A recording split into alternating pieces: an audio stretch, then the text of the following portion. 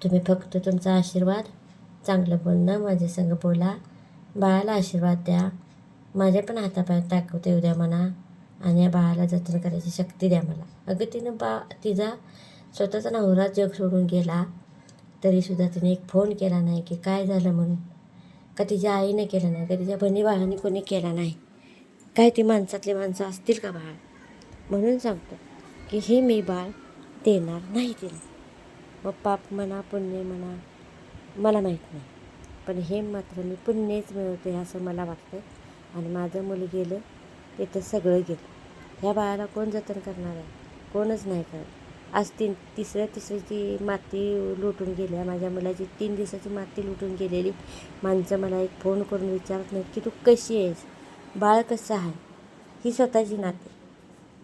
कोण कुणाचं नाही बा, कोण कुणाचं नाही. मी फक्त माझ्या मुलाच्या मुलाला जगवणार आहे. मला एवढंच माहीत आहे की मी माझ्या मुलाच्या मुलाला जगवणार आहे आणि जगवणार. जसं माझं आयुष्य कुठवर आहे तिथवर भलं रांगत का असणार मी ह्या मुलाला मोठं करणार.